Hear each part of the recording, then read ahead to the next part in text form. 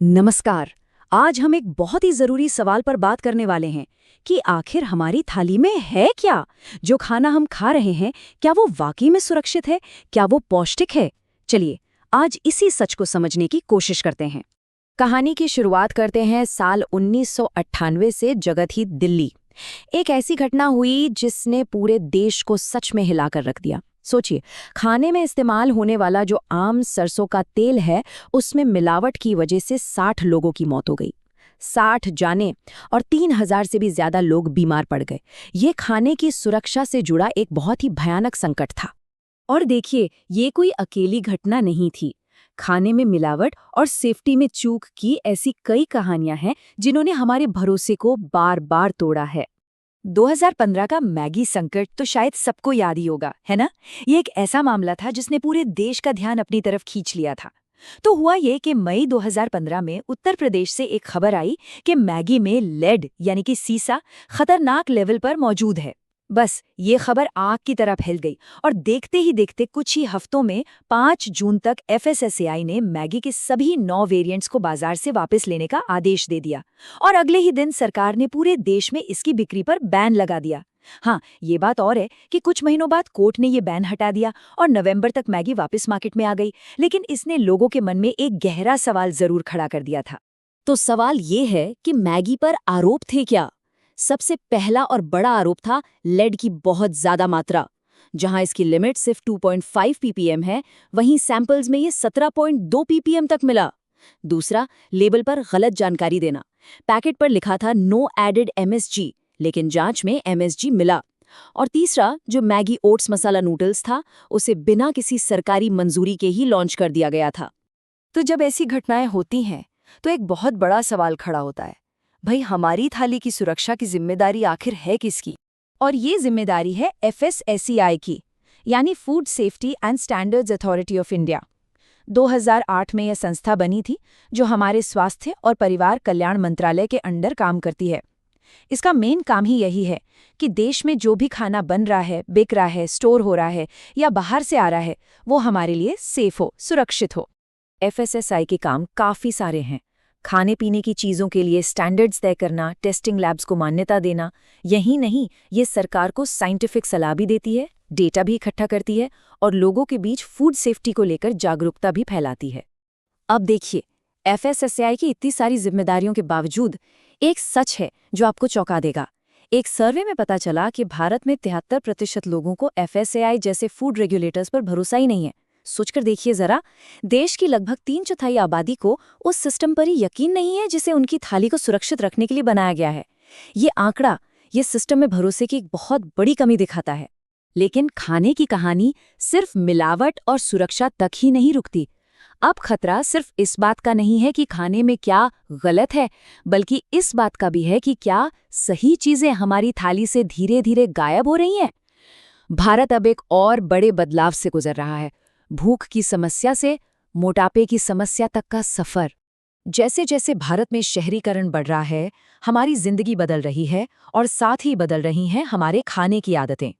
गांव से शहर आने का सीधा मतलब है कि अब लोग खेती पर कम और बाजार से खरीदे गए खाने पर ज्यादा निर्भर हो गए हैं। ये बात इस बदलाव को बहुत अच्छे से समझाती है। एक एक्सपर्ट कहते हैं कि भारत, जहां 50 साल पहले भूखमरी और अकाल जैसी समस्याएं थी, वहीं आज बहुत ही कम समय में मोटापे की समस्या से जूझ रहा है। ये बदलाव बहुत तेजी से हुआ है और ये आंकड़े ये इस बदलाव की पूरी तस्वीर साफ कर देते हैं।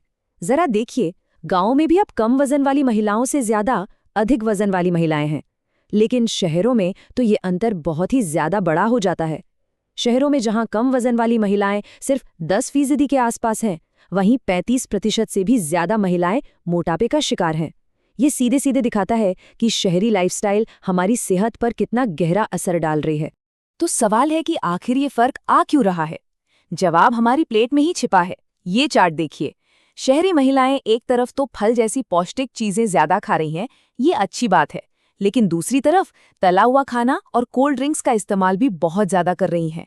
और यही है डबल बर्डन, मतलब पौष्टिकता की कमी और अनहेल्दी कैलोरी की अधिकता, जो सीधे हमारी सेहत पर असर डाल रही है।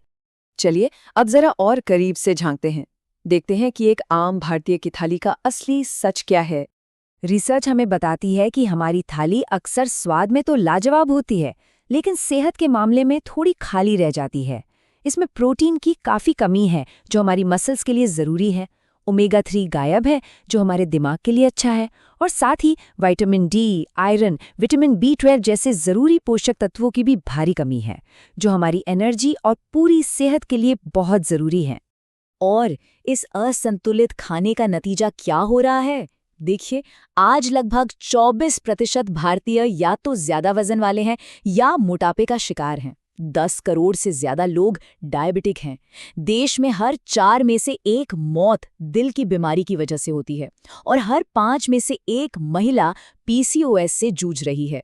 ये सारे आंकड़े कहीं ना कहीं हमारी थाली से ही जुड़े हुए हैं। अब एक चौंकाने वाली बात बताता हूँ। हम सब अक्सर यही सोचते हैं कि रेस्टोरेंट का गर्मा-गर्म ताज़ा बना खाना घर में रखे कल के खाने से तो बेहतर ही होगा, है ना? लेकिन सच ये है कि रेस्टोरेंट के उस ज़्यादा तले हुए, ज़्यादा नमक और कैलोरी वाले खाने से कहीं बेहतर घर में फ्रिज में रखा हुआ कल का बना खाना है। ये एक बहुत बड़ी गलतफहमी है, जो हमारी सेहत को चुपचाप नुकसान पहुंचा रही है। तो फिर एक सेहतमंद थाली दिखनी कैसी चाहिए? इसका नियम बहुत ही आसान है। अपनी प्लेट का आधा हिस्सा सब्जियों से भरिए। सलाद, सब्जी, सूप, कुछ भी। 1/4 हिस्से में रखिए प्रोटीन, जैसे दाल, पनीर या अंडे। और बाकी बचे चौथाई हिस्से में कॉम्प्लेक्स कार्ब्स, जैसे कि बाजरा, रागी या ब्राउन राइस। बस। तो हमने खाने की सुरक्षा से लेकर पोषण तक की चुनौतियों को समझा। अब सवाल उठता है कि भई आगे का रास्ता क्या है? तो सबसे ज़रूरी बात जो हमें समझनी है वो ये है, भारत के लिए अब चुनौती सिर्फ पेट भरने की नहीं रही। अब लड़ाई पर्याप्त भोजन की नहीं, बल्कि सही भोजन की है। हमें अपनी सोच बदलनी होगी, अपनी आदतें बदलनी होंगी और अपनी प्राथमिकताएं भी। तो आखिर में ये एक सवाल हम सब के लिए है। हमारी इस तेजी से बदलती दुनिया में हमारे लिए और हमारे परिवार के लिए एक सेहतमंद थाली का असली मतलब क्या है? इस पर सोचना बहुत बहुत जरूरी है।